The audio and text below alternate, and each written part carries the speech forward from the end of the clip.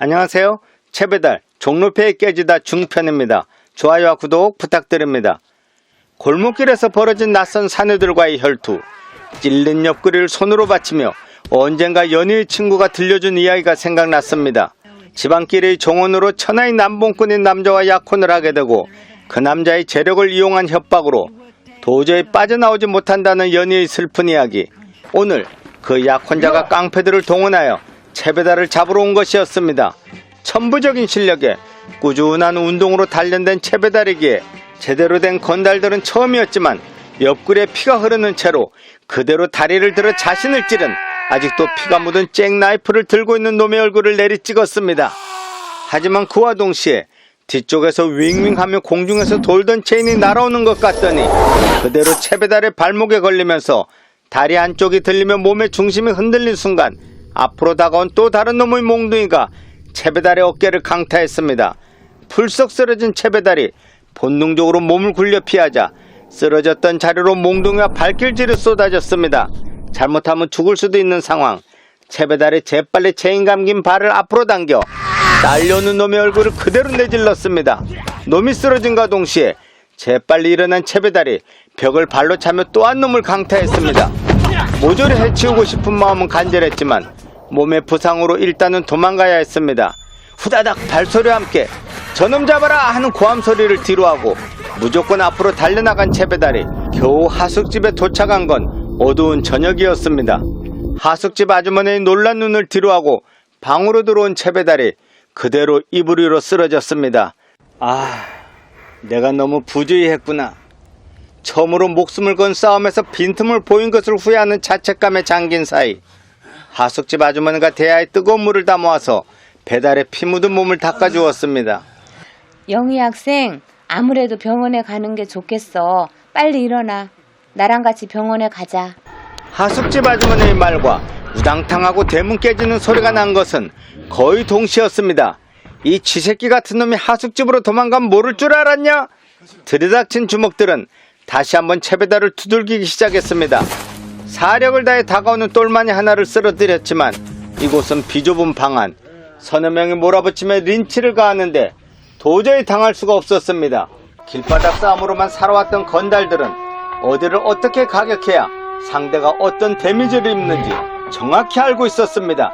다시는 권투를 못하게 해주지. 한 놈의 발이 채배달의 오른손을 짓밟았고 그 와중에도 손을 보호해야 한다는 생각이 든 채배달이 두 손을 품 안에 숨긴 채 몸을 구부리고 하염없이 맞고 있었습니다. 야, 이놈들아, 그만해! 사람 죽겠다! 하숙집 아주머니가 결사적으로 채배달의 몸을 자신의 몸으로 감싸며 말렸지만 이들은 그런 그녀를 거칠게 밀어붙이며 매질을 계속했습니다. 동네 사람들아! 깡패가 사람 죽인다! 누가 주재소에 신고 좀 해줘요! 아주머니의 악에 받친 목소리에 그제서야 슬그머니 매질이 멈췄습니다. 도끼 형님, 이만하면 돈값은 충분히 하지 않았습니까? 한 놈이 말하는 도끼라는 별명만을 되뇌며 채배달의 정신은 아득한 나락으로 떨어지고 말았습니다. 얼마나 시간이 흘렀을까? 아니, 며칠이나 지난 것일까요?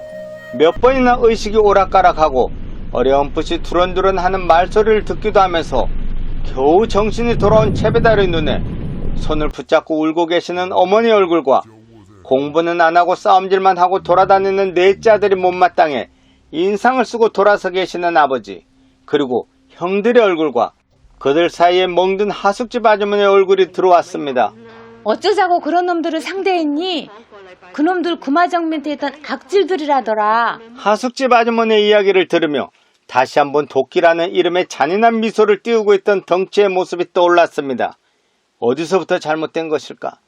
정신이 혼란스러운 가운데서도 만신창이가 된 배달의 몸은 젊은 기운에 2달 만에 퇴원할 수 있었고 다시 찬바람이 있는 초겨울이 다가오자 예전의 몸으로 돌아올 수 있었습니다. 김제 고향집으로 돌아온 채배달은 여전히 화가 나 계신 아버지께 말했습니다. 아버지, 저 이제부터 첫째 형이는 일본으로 가서 열심히 공부해서 비행사가 되고 싶습니다. 국민적 영웅 취급을 받던 자전거의 엄복동과 우리나라 최초의 비행사 안창남의 영향으로 많은 이들이 비행사를 꿈꾸고 있던 시절 당연히 허락하고 응원해 주실 줄 알았지만 뭐? 비행사? 일본? 내 놈이 일본 가면 또다시 주먹이나 휘두르다 야쿠자패에나 들어가겠지.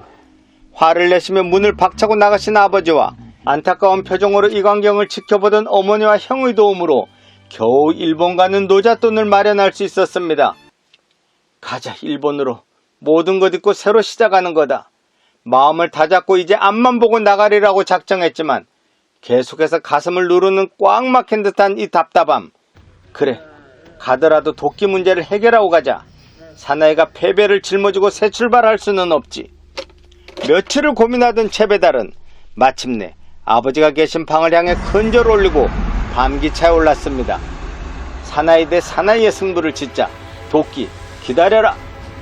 기차의 기적소리와 함께 채배달이 두 주먹에 힘을 주며 어두운 창문 밖을 바라보았습니다. 다음 주 종로 도끼와의 대결이 펼쳐지는 하편을 기대해 주십시오. 채배달 종로패의 깨지다 편 재미있게 보셨다면 좋아요와 구독 부탁드립니다. 감사합니다.